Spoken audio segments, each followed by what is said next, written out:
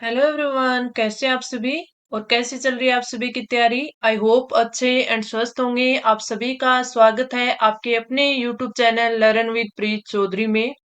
हमारी महिला सुपरवाइजर की क्लासेस चल रही थी और महिला सुपरवाइजर की बात करें तो आपके जो 13 जुलाई वाला एग्जाम है 209 पोस्ट वाला उसकी, जिसमें हम आपके प्रथम खंड के खैर टॉपिक यानी प्रबंधकीय गुण है उसको कंप्लीट कर रहे थे। अगर प्रबंधकीय गुण आपके मैनेजमेंट की बात करें तो इसमें हमने लगभग सारे टॉपिक कर लिए थे। सिर्फ आपके आंतरिक गवर्नेंस में समन्वय, समूह कार्य यानी आपका ग्रुप वर्क और टीम वर्क इसमें रहा था। तो मैंने आपको बोला था कि टाइपिंग के लिए दिए हुए हैं तो मैं आपको ये जल्दी करवाऊंगी। तो आज की क्लास में हम आपके इंटर्न गवर्नेंस यानी आंतरिक गवर्नेंस और समन्वय है वो करेंगे। फिर एक क्लास आपकी और होगी जिसमें आपके ग्रुप कार्य और टीम वर्क करवाकर आपको ये टॉपिक कंप्लीट करवा दिया जाएगा और हमारे 20 मार्क्स का पोर्शन है वो कंप्लीट हो जाएगा। इसके मैंने काफी सारे आपको क्वेश्चंस भी करवा दिए हैं। अगर आपने वो क्लासेस नहीं ली है तो उसे जरूर ले लेना और साथ में आप टेलीग्राम चैनल पर जो भी क्विज आपको प्रोवाइड करवाई जा रही है वो जरूर कर लेना, जिससे आपकी बार बार प्रैक्टिस होती रहे। और ये जो पीडीएफ है, ये पीडीएफ मैं आपको टेलीग्राम चैनल पर है वो प्रोवाइड करवा दूंगी। और जो इससे पहले जो भी हमने मैनेजमेंट के यानी प्रबंधक के गुण के टॉपिक किए हैं वो सारी पीडीएफ मैंने आपको टेलीग्राम चैनल पर प्रोवाइड करवा दी है। तो अगर आपने अभी तक वो नहीं देखी है तो आप इस चैनल को ज्वाइन करके वो ले लेना ताकि आप उनका अच्छे से रिविजन कर पाओ। चलिए अब हम स्टार्ट करते हैं आज का जो टॉपिक है आंतरिक गवर्नेंस और समन्वय। सबसे पहले करते हैं आंतरिक गवर्नेंस। आंतरिक गवर्नेंस यानी मीनिंग ऑफ इंटर्न गवर्नेंस क्या होती है। आंतरिक गवर्नेंस, जो इंटर्न गवर्नेंस आमतौर पर उन नीतियों, नियमों और दिशा निर्देशों को संदर्भित करता है जो किसी संगठन के भीतर इंटर्न के व्यवहार और जिम्मेदारियों को नियंत्रित करते हैं। यह सिद्धांतों और प्रथाओं का एक सेट है जो यह सुनिश्चित करने में मदद करता है कि प्रशिक्षकों को यानी जो इंटर्न्स है उनको संगठन के लक्ष्यों में योगदान करते समय उत्पादक और सकारात्मक अनुभव मिले, यानी उनको पॉजिटिव अनुभव मिले। ये चीज है वो क्या करते हैं। ये एक चीज देखना आप पे, जो कि आपकी आंतरिक गवर्नेंस है, यानी आंतरिक गवर्नेंस में क्या आता है, उसमें वो पॉलिसी आती है, वो रूल आते हैं, वो दिशा निर्देश आते हैं। ठीक है, जो किसी संगठन के भीतर यानी कोई ऑर्गेनाइजेशन है उसमें कोई इंटर्न है, ठीक है, उनका व्यवहार कैसा है, उनकी जिम्मेदारी कैसी है, तो उनके व्यवहार और जिम्मेदारियों को नियंत्रित करती है आपकी आंतरिक गवर्नेंस। ठीक है, अब हम देखते हैं इंटर गवर्नेंस के कुछ प्रमुख पहलू इस प्रकार है। अगर इन प्रमुख पहलुओं की बात करें तो इसमें वो चीजें देखेंगे कि जो एक ऑर्गेनाइजेशन में जो इंटर्न है, ठीक है, यानी आप एक चीज देख ली, अपने राजस्थान की बात कर लीजिए। राजस्थान में अपन जॉब लगते हैं, कोई भी जॉब मान लो आप, ठीक है, उस जॉब में आपका 2 साल का प्रोविजन चलता है। प्रोविजन टाइम आपकी कितना है, 2 साल का है।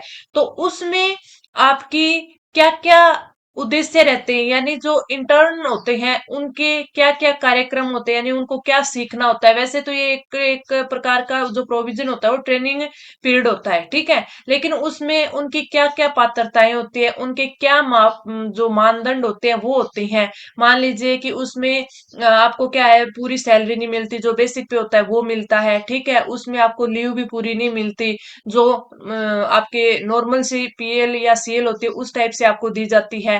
तो उसी हिसाब से जो एक इंटर्न होता है उसको क्या क्या उसको करना चाहिए और क्या क्या उसको मिलता है, तो वो चीजें है वो आंतरिक गवर्नेंस में हमें सीखते हैं। अब देखिए तो जो महिला सुपरवाइजर का जो एग्जाम है, ठीक है, इसमें देखें तो ऐसे टॉपिक का क्या काम कि आंतरिक गवर्नेंस उसमें क्या है। लेकिन अगर देखें तो अपन देख सकते हैं कि जो महिला सुपरवाइजर है उसका काम किस किस से पड़ता है, उसे क्या क्या काम करना पड़ता है, तो उस चीज में ये उसके लिए जरूरी है। ठीक है, तो अब चलते हैं हम आगे। सबसे पहले जो आपकी आंतरिक गवर्नेंस है उसमें आता है इंटर्नशिप कार्यक्रम नीतियां। ठीक है, एक ऑर्गेनाइजेशन के पास इंटर्नशिप कार्यक्रम के उद्देश्य, पात्रता, मानदंड, इंटर्नशिप की अवधि और इंटर्न है और संगठन दोनों की अपेक्षाओं को रेखांकित करने वाली स्पष्ट नीतियां होनी चाहिए। यानी जो ऑर्गेनाइजेशन है उसके पास जो भी इंटर्न आते हैं उनके लिए और इस ऑर्गेनाइजेशन दोनों की अपेक्षाओं को देखते हुए, ठीक है, एक स्पष्ट है वो पॉलिसीज है वो बनाई हुई होनी चाहिए। उसमें जो इंटर्न आया है उसके क्या क्या कार्यक्रम होंगे या उन कार्यक्रमों के क्या उद्देश्य होंगे, उसकी क्या पात्रता होगी, क्या मानदंड होंगे, ठीक है, साथ साथ में उसकी क्या टाइम पीरियड रहेगा, और साथ में जो इंटर्न है और जो संगठन है दोनों की अपेक्षाओं को रेखांकित या निर्धारित करने वाली पॉलिसी होनी चाहिए। आगे बढ़ते हैं अपन। कोई भी चीज जहां कहीं पे भी आपको समझ में नहीं आई कोई से भी पॉइंट में, तो आप कमेंट करके पूछ लेना। लेकिन आप जब शुरू से लेकर लास्ट तक इस क्लास को देखोगे तभी आपको ये समझ आ पाएगी। तभी आप, ये नहीं है कि आपने शुरू से नहीं पढ़ा बीच में से स्टार्ट कर दिया तो ये चीज आपको समझ नहीं आ पाओगी, फिर आप ये सोचोगे कि ये क्या है, पता नहीं कैसे इस एग्जाम में आएगा, हमसे तो ये तैयारी नहीं हो रहा है, ऐसे नेगेटिव थॉट दिमाग में आएंगे और नेगेटिविटी में चले जाओगे। तो क्लास को शुरू से लास्ट तक देखना और इसका 2 से 3 बार रिवीजन आज ही कर देना, क्योंकि ये टॉपिक्स आपके पहले पढ़े हुए नहीं है तो आपकी समझ में भी थोड़े हार्ड से आएंगे, थोड़ी देरी से आएंगे, ठीक है। अब देखते हैं अपन। अगला है कोड ऑफ कंडक्ट, आचार संहिता, यानी जो प्रशिक्षकों को यानी जो इंटर्न है उनको एक आचार संहिता प्रदान की जानी चाहिए जो अपेक्षित व्यवहार को रेखांकित करती है, जिसमें व्यावसायिकता, नैतिकता और सहकर्मी और कंपनी के संसाधनों के लिए सम्मान शामिल है, ठीक है। यानी जो इंटर्न है उनके लिए कोड ऑफ कंडक्ट भी होना चाहिए। अगला है पर्यवेक्षण और परामर्श, यानी सुपरविजन भी होना चाहिए और मेंटरशिप भी होनी चाहिए। पर्यवेक्षकों को और सलाहकारों की भूमिकाओं और जिम्मेदारियों को प्रभावित परिभाषित करना महत्वपूर्ण है। प्रशिक्षकों को पता होना चाहिए कि वे अपनी इंटर्नशिप के दौरान मार्गदर्शन और सहायता के लिए किससे संपर्क करें, यानी उनका सुपरविजन कौन करेगा, ठीक है, उनको मेंटरशिप कौन देगा, ठीक है, इस चीज का पता है किसको होना चाहिए, जो इंटर्न आए हुए हैं उनको इस चीज का पता होना चाहिए। अगला है वर्क असाइनमेंट। अगर कार्य असाइनमेंट की बात करें तो जो इंटर्न है उनको स्पष्ट कार्य विवरण और असाइनमेंट प्राप्त होने चाहिए जो उनके शैक्षिक लक्ष्यों के अनुरूप और सार्थक सीखने के अनुभव प्रदान करेंगे। यानी टाइम टाइम पर उनके असाइनमेंट भी उनसे करवाने चाहिए, उनको बताना चाहिए, तभी वो सीखेंगे, तभी उन्होंने जो गोल लिया है वो उनको कंप्लीट करेंगे। तो उनको सीखने के का अनुभव भी उनको प्रदान करना चाहिए। ये जो क्वेश्चन है इसमें अपन माइंड में ये आएगा, इससे इससे क्वेश्चन किस प्रकार पूछा जाएगा, तो एक चीज देखना कि जो आपकी जो ये इंटरनल गवर्नेंस है, आंतरिक गवर्नेंस है, ठीक है, इसमें आपसे पूछा जा सकता है कि इसके अंदर कौन कौन से पहलू होंगे, ठीक है, या फिर इसमें कौन कौन सी चीजें अपनाई जानी चाहिए, या फिर आंतरिक गवर्नेंस में क्या क्या चीजें आती हैं। तो जो जो मैं यहाँ पर आपको पॉइंट अच्छे से समझा रही हूँ वो उनको अच्छे से याद कर लेना आप, ठीक है। बाद में हम इनके मिक्स क्वेश्चन भी करेंगे। अगला आता है प्रशिक्षण और अभिविन्यास। प्रशिक्षण और अभिविन्यास यानी ट्रेनिंग। प्रशिक्षकों को कंपनी की संस्कृति, नीतियां और प्रक्रियाओं से परिचित कराने के लिए एक अच्छी तरह से संरचित अभिविन्यास कार्यक्रम होना चाहिए। यदि लागू हो तो इसमें सुरक्षा प्रशिक्षण शामिल होना चाहिए, ठीक है। यानी जो इंटर्न है उनको अपनी ऑर्गेनाइजेशन के बारे में, उनके अपने ऑर्गेनाइजेशन है उसकी क्या क्या संस्कृति है, उसकी क्या पॉलिसी है, उसकी क्या प्रक्रिया है, उन सभी से परिचय करवाने के लिए टाइम टाइम पर अभिविन्यासित कार्यक्रम भी होने चाहिए। अगला है मूल्यांकन और फीडबैक है। जो इंटर्न है उनके एवल्यूएशन के लिए और उनके लिए फीडबैक भी होना चाहिए। प्रशिक्षकों को प्रशिक्षुओं को उनके प्रदर्शन पर नियमित फीडबैक मिलना चाहिए। यानी फीडबैक के बिना तो आज कुछ भी काम नहीं होता। अब आप कमेंट नहीं करते हो ना तो कई कई बार मैं भी डिमोटिवेट हो जाती हूँ। मैं सोचती हूँ कि ठीक है कोई फीडबैक ही नहीं आ रहा, कोई कमेंट ही नहीं आ रहे, तो क्या पता बच्चों को समझ आ भी रहा होगा, नहीं आ रहा होगा, तो फिर डिमोटिवेट होते हैं ना, तो ना तो उतना अच्छा कंटेंट बन पाता, क्यों, मन ही नहीं लगता उस चीज में, ठीक है। तो कोई भी अगर इंटर्न है तो वो कैसा काम कर रहा है उसके प्रदर्शन पर, वो कैसा काम कर रहा है उसको फीडबैक देना मिलना चाहिए, ठीक है, यानी उसको फीडबैक देना चाहिए ऑर्गेनाइजेशन को। दोनों संदर्भ में कि वे क्या अच्छा कर रहे हैं, क्या उनको सुधार और करना चाहिए, यानी वो कहाँ और सुधार कर सकते हैं। औपचारिक मूल्यांकन साथ ही अनौपचारिक चेक इन इस प्रक्रिया का हिस्सा हो सकते हैं, ठीक है, यानी उनका जो काम है उनका एवल्यूएशन करते रहना चाहिए।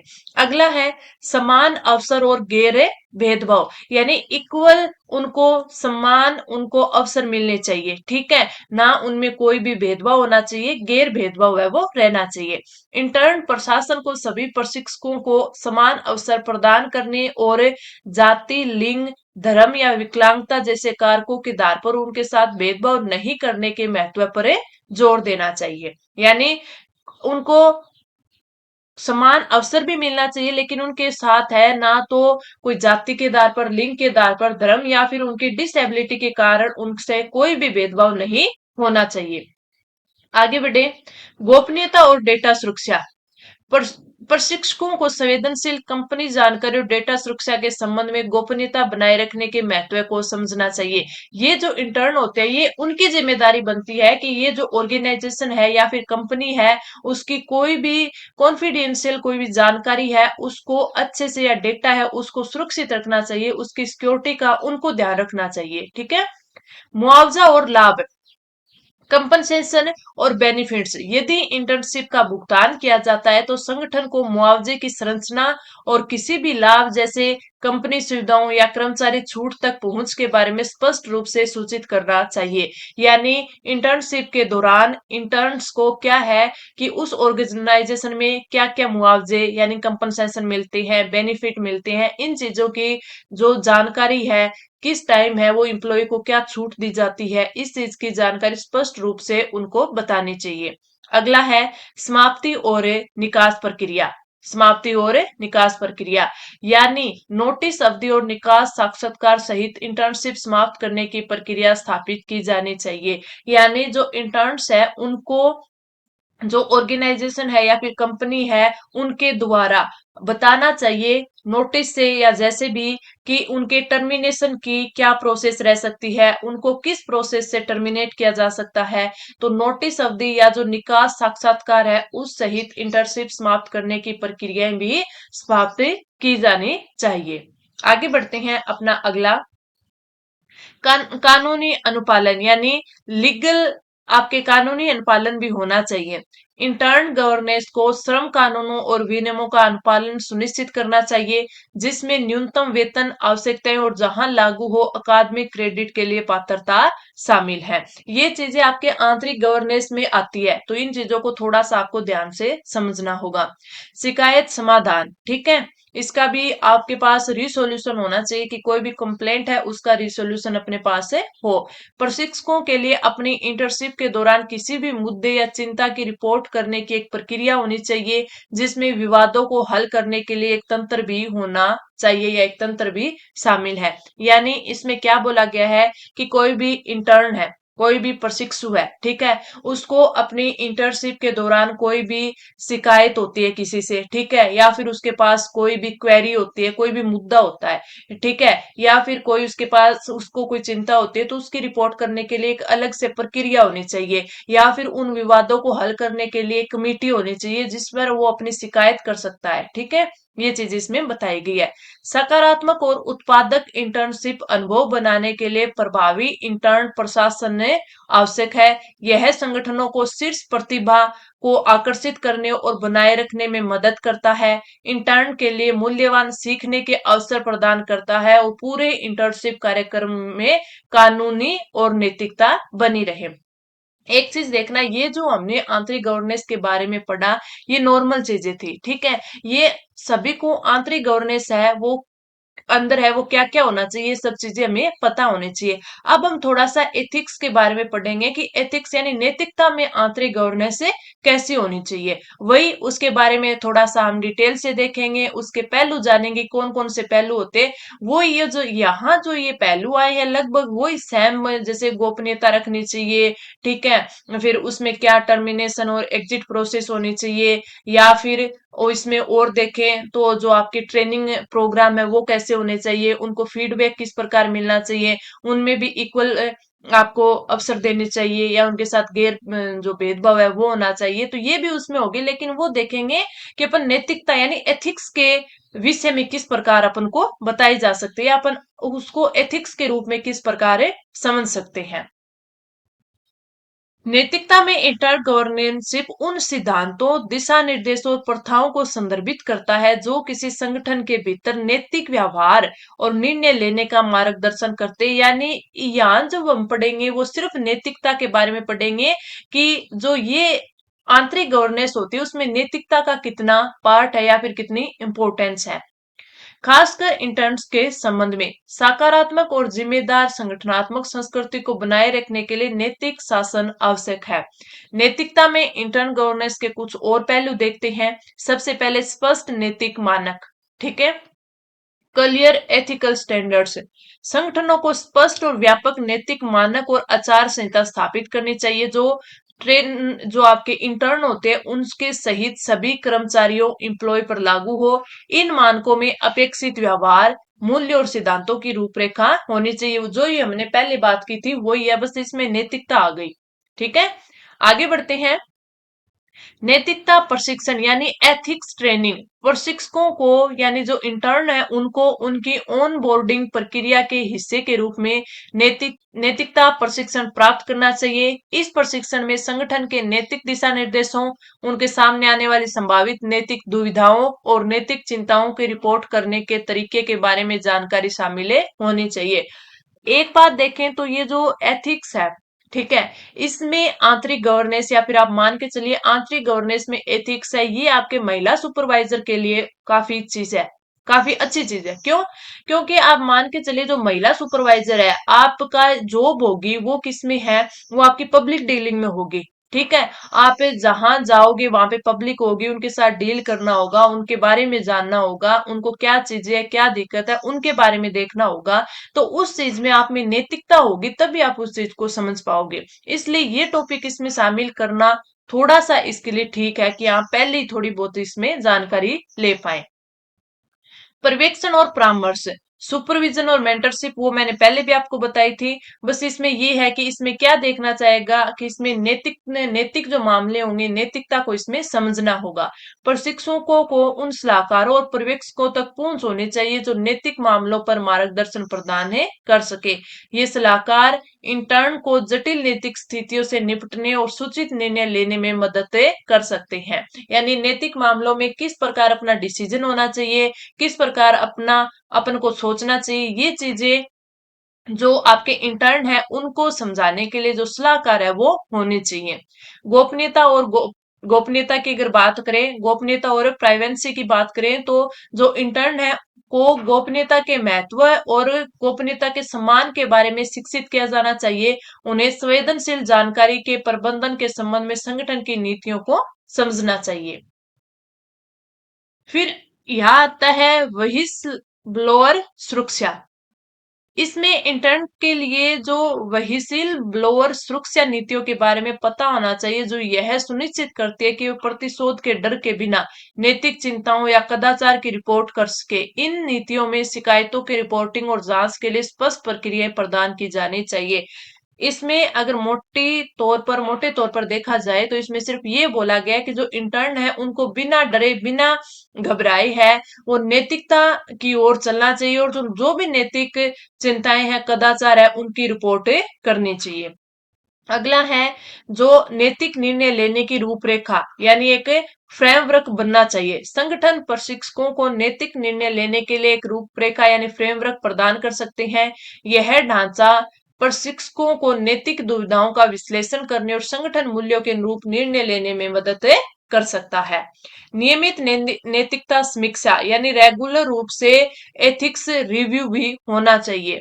संगठनों को समय समय पर अपने नैतिक शासन प्रथाओं की समीक्षा करनी चाहिए ताकि वो ये सुनिश्चित हो सके कि जो वे प्रासंगिक और प्रभावी बन रही हैं।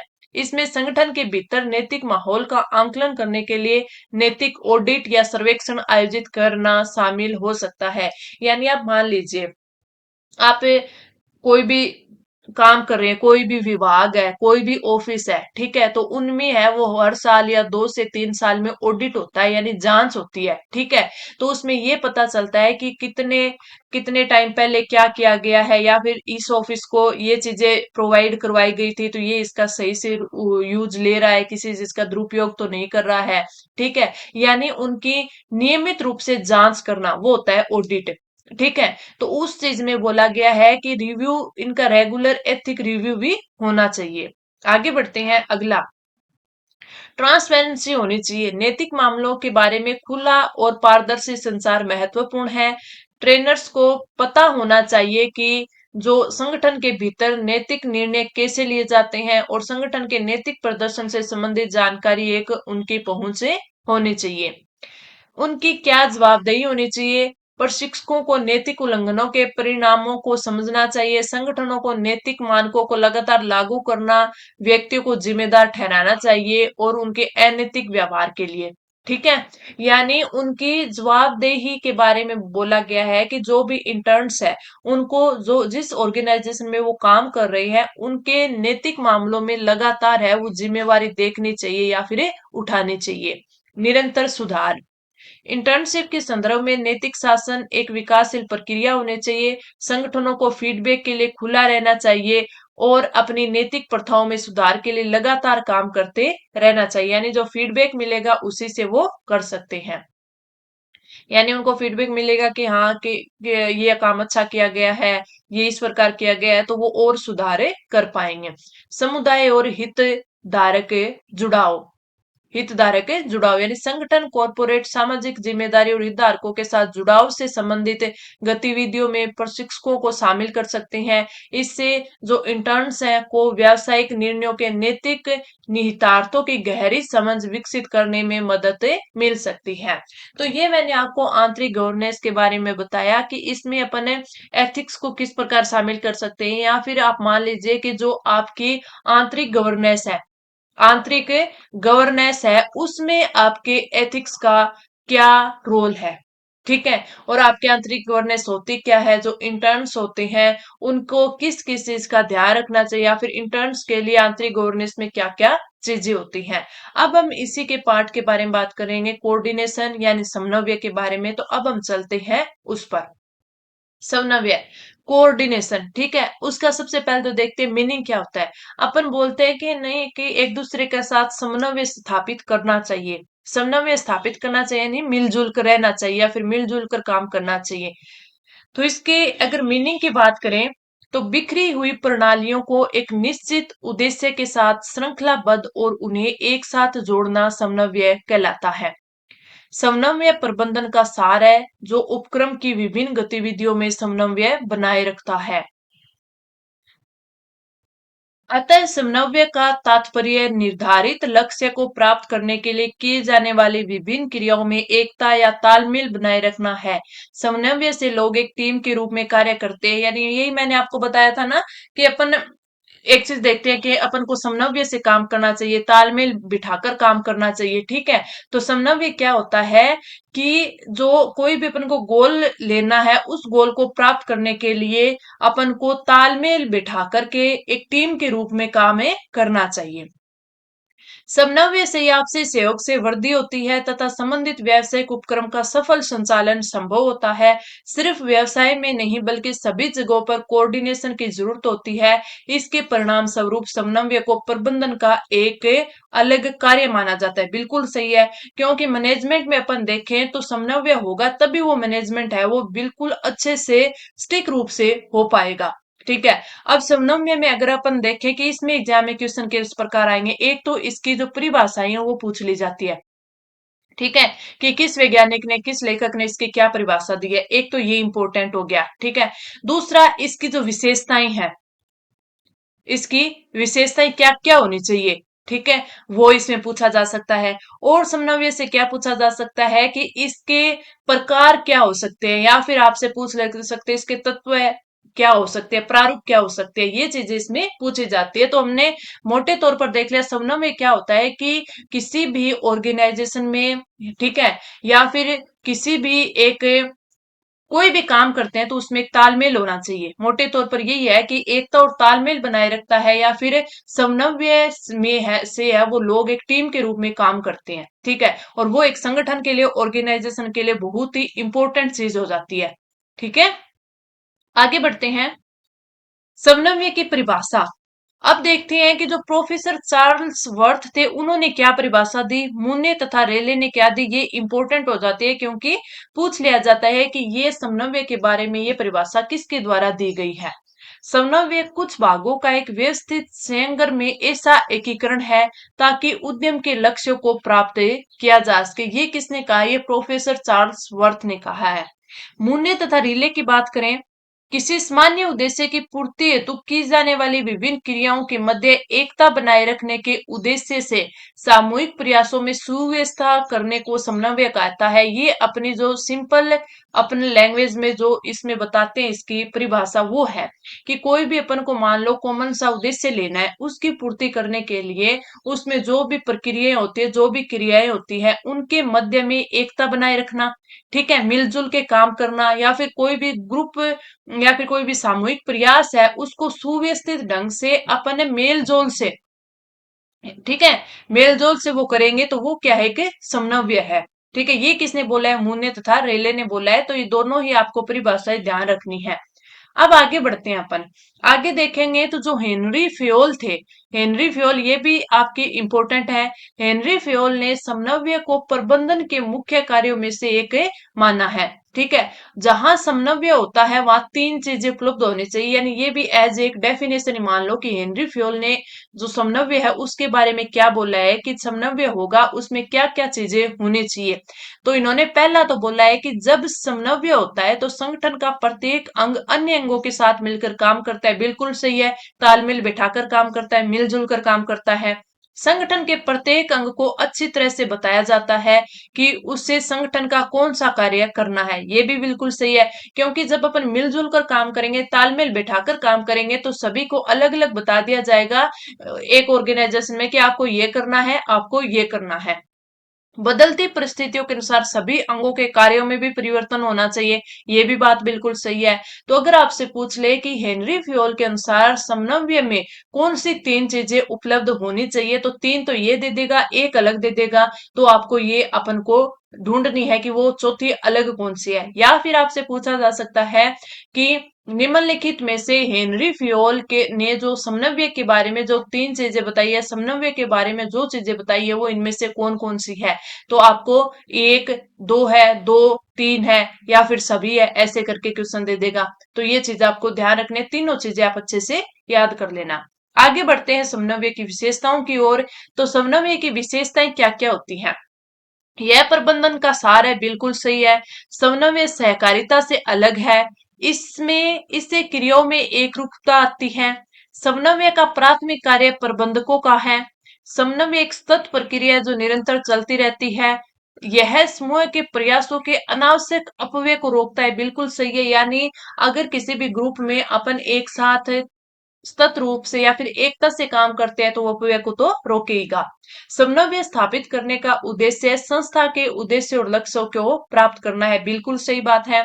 यद्यपि समन्वय करना उच्च अधिकारियों की जिम्मेदारी है, लेकिन जो आपके अधीनस्थ हैं वो अपनी जिम्मेदारियों से बच नहीं सकते। तो ये आपकी आती है समन्वय की विशेषताएं। इनको एक दो बार आप इनका रिवीजन कर लेना ताकि आपके माइंड में सेट हो जाए। आगे बढ़ते हैं। अगला है समन्वय के प्रकार या प्रारूप। एक तो होता है आंतरिक समन्वय और एक होता है बाह्य समन्वय या बाहरी समन्वय। आंतरिक क्या होता है? आंतरिक समन्वय विभिन्न विभागों, उप विभागों, शाखाओं, संचालकों, प्रबंधकों और संगठन के अन्य कार्यकर्ताओं की गतिविधियों में एकता स्थापित करने से संबंधित है। आंतरिक यानी इंटरनल। ठीक है। बाह्य क्या होता है? बाहरी समन्वय व्यावसायिक उपक्रमों और अन्य हितधारकों, जैसे कोई ग्राहक है, अपील करता है, उत्पादकता उत्पादकों के साथ समन्वय स्थापित करता है। यानी आंतरिक में तो वो आ जाएगा कि कोई भी विभाग है, कोई भी ऑफिस है, कोई भी शाखा है, ब्रांच है, ठीक है, तो वो उनमें जो प्रबंधक है, उन और जो ऑर्गेनाइजेशन है, उनके जो भी इंप्लॉय है, कार्यकर्ता है, उनकी गतिविधियों में एकता स्थापित करता है। ठीक है। और अगर बाहरी की पूछ ले तो आपके कोई भी ग्राहक अपील करता है, उत्पादकता है, उनके साथ जो संबंध समन्वय स्थापित करता है वो होता है आपका बाहरी समन्वय। ठीक है। अब बढ़ते हैं अपन समन्वय की प्रकृति क्या होती है। इसमें प्रकृति में आपके तीन चार पॉइंट है, वो कंप्लीट होते ही आपके दोनों पॉइंट है वो कंप्लीट हो जाएंगे। आपके आंतरिक गवर्नेंस जो कि हमने कर ली और समन्वय, ये दोनों आपके कंप्लीट हो जाएंगे, जिसके साथ है वो आपका लगभग 90% पोर्शन आपका प्रबंध के गुण का कंप्लीट हो जाएगा। सिर्फ आपके समूह कार्य और टीम वर्क, दो चीजें आपके बचेगी, जो कि आपकी आंतरिक गवर्नेंस का ही एक भाग है, जो कि मैं आपको कल की क्लास में करवा दूंगी। उसके साथ ही आपका 20 नंबर का पोर्शन कंप्लीट हो जाएगा और हमारा एक जो टॉपिक है वो कंप्लीट होने के साथ साथ हम 20 क्वेश्चंस यानी 20 मार्क्स है वो सिक्योर करने के हकदार हो जाएंगे, अगर आप अच्छे से उस चीज को पढ़ते हो, इसका बार बार रिवीजन करते हो, इसके टेस्ट देते हो। समन्वय की प्रकृति देखते हैं तो शीर्ष प्रबंधन की उत्तरदायित्व होता है। समन्वय स्थापित करना शीर्ष प्रबंधन का मूलभूत उत्तरदायित्व है और यह उसके नेतृत्व संबंध का कार्य हिस्सा है, जिसे वह नजरअंदाज नहीं कर सकता। उपक्रम के विभिन्न कार्यों में एकता स्थापित करने का कार्य समन्वय द्वारा किया जाता है, जिसे उच्च प्रबंधन द्वारा संपन्न किया जाता है। इस संबंध में कुछ लोगों की स्पष्ट भ्रांति है कि समन्वय सहकारिता है। किसी उपक्रम के कर्मचारी एक दूसरे के कितने भी सहयोगी क्यों न हो, वे आत्म समन्वित नहीं हो सकते। इसके लिए उच्च प्रबंधन की आवश्यकता होगी। चीज ध्यान रखना, ये यहाँ पे क्या है, समन्वय सहकारिता है, ये चीज गलत है, यानी समन्वय सहकारिता नहीं है, इसकी भ्रांति होती है। हमने इसमें देखा था समन्वय की विशेषता में कि समन्वय सहकारिता से अलग है। इंपॉर्टेंट चीज है ये, इसको ध्यान रखना आप। ठीक है, अगला है सामूहिक प्रयास के लिए। ठीक है, समन्वय होता है वो सामूहिक प्रयास करता है। इस संबंध में स्पष्ट करना आवश्यक प्रतीत होता है कि समन्वय व्यक्तियों के सामूहिक प्रयासों के लिए होता है, न कि व्यक्तिगत प्रयासों के लिए। यानी अपन कोई भी ऑर्गेनाइजेशन में काम करते हैं तो आपसी एकता के साथ, आपसे तालमेल बिठाकर काम करते हैं, तो वो अपने क्या होता है, सामूहिक प्रयासों में होता है, ना कि व्यक्तिगत प्रयास। दूसरे शब्दों में, जब बहुत से लोग एक साथ काम करते हैं, इसलिए उनके काम में समन्वय की जरूरत है। यानी अकेला बंदा काम कर रहा है तो उसको किसके साथ कोऑर्डिनेशन करने की जरूरत है, किसी के साथ नहीं। वो अपना अकेला काम कर रहा है, मस्त है, ठीक है। लेकिन अगर वो दो बंदे काम कर रहे हैं तो उनके बीच में समन्वय होना जरूरी है। आगे बढ़े, अगला, एक प्रक्रिया के रूप में समन्वय। देखा जाए तो समन्वय एक प्रक्रिया है, कोई स्थायी स्थिति नहीं होती, इसलिए उपक्रम में हमेशा न्यूनतम समन्वय होता है। लेकिन उच्च प्रबंधन को हमेशा उच्च स्तर का समन्वय प्राप्त करने का प्रयास करना चाहिए। यानी जो समन्वय है वो क्या है, एक प्रक्रिया है, एक प्रक्रिया के रूप में होता है, ये कोई स्थायी नहीं होता। एक ऑर्गेनाइजेशन में है, एक में नहीं है, ठीक है। समन्वय प्रयासों की एकता, यानी अगर प्रयास करेंगे, प्रयासों की एकता है। प्रयासों की एकता से तात्पर्य विभिन्न लोगों के अलग अलग प्रयासों को इस तरह व्यवस्थित करने वाले प्रबंधन से है कि वे सभी एक साथ, एक पक्ष और एक दिमाग के रूप में काम करते हैं। बोलते हैं ना कि आप लोग कोऑर्डिनेट करो, कोऑर्डिनेशन करो, ठीक है। तो दो बंदा है, ठीक है, ये दो बंदे आपस में अपनी समझ को एक साथ ला रहे हैं, अपनी समझ को एक साथ ला रहे हैं। हो सकता है ना कि दो बंदे दो अलग अलग तरीके से सोचेंगे, तो उनमें तो कभी वो तो अपने साथ कभी कोऑर्डिनेट कर ही नहीं पाएंगे। लेकिन जब दो बंदे अलग अलग उनका माइंड सेट है, फिर वो एक साथ आने का प्रयास कर रहे हैं, तो वो क्या है, वो प्रबंधन है एक, ठीक है। यानी एक साथ एक पक्ष और एक दिमाग के रूप में काम करते हैं। इसके लिए कुशल प्रबंधक के नेतृत्व की आवश्यकता होती है। वही बात हो गई कि एक अगर कुशल नेतृत्व होगा, अच्छा नेता होगा, नेतृत्व होगा, वही अच्छे से समन्वय स्थापित कर पाएगा। इसके माध्यम से प्रयासों में एकता स्थापित की जा सकती है। बिल्कुल सही है, एक कोई भी ऑर्गेनाइजेशन है, उसमें एक नेता है, वो नेतृत्व करता है, काफी अच्छा नेता है, अच्छा उसका उसकी नेतृत्वशीलता है, या फिर अच्छे से वो नेतृत्व करता है, तो वो उस ग्रुप में, उस ऑर्गेनाइजेशन में अच्छे से कोऑर्डिनेट कर पाएगा एक दूसरे को, सभी को, ठीक है। तो समन्वय प्रयासों की एकता, यानी समन्वय से सभी प्रयासों में एकता लाई जा सकती है। तो ये इसकी प्रकृति थी, चार प्रकार की है। मान लीजिए, शीर्ष प्रबंधन का उत्तरदायित्व है, सामूहिक प्रयास के लिए समन्वय जरूरी है, एक प्रक्रिया के रूप में समन्वय, और समन्वय से ही प्रयासों की एकता है। तो ये आपका, मैंने आपको क्या क्या करवा दिया, एक तो आंतरिक गवर्नेंस करवा दी, और दूसरा आपको करवा दिया समन्वय, कि अपन कोऑर्डिनेशन किस प्रकार है वो होता है, किस प्रकार करना चाहिए। आई होप आपको अच्छे से सारी चीज समझ में आई होगी, क्लास भी अच्छी लगी होगी। अगर आपको क्लास अच्छी लगी है तो लाइक करना, चैनल को शेयर करना और अपने दोस्तों के साथ है इस चीज को जरूर शेयर करना, ताकि उनका भी ये टॉपिक है वो क्लियर हो पाए और वो अच्छे नंबर है वो सिक्योर कर पाए। ठीक है। कोई भी आपको प्रॉब्लम होती है तो आप जरूर, कोई भी क्वेरी हो तो आप, डाउट हो तो आप कमेंट करना। जितना ज्यादा फीडबैक दोगे उतना ही ज्यादा मुझे मोटिवेशन मिलेगा और अगली क्लास है वो और अच्छे से मैं कवर कर पाऊंगी। तो चलिए अब हम मिलेंगे अगली क्लास में, तब तक के लिए धन्यवाद।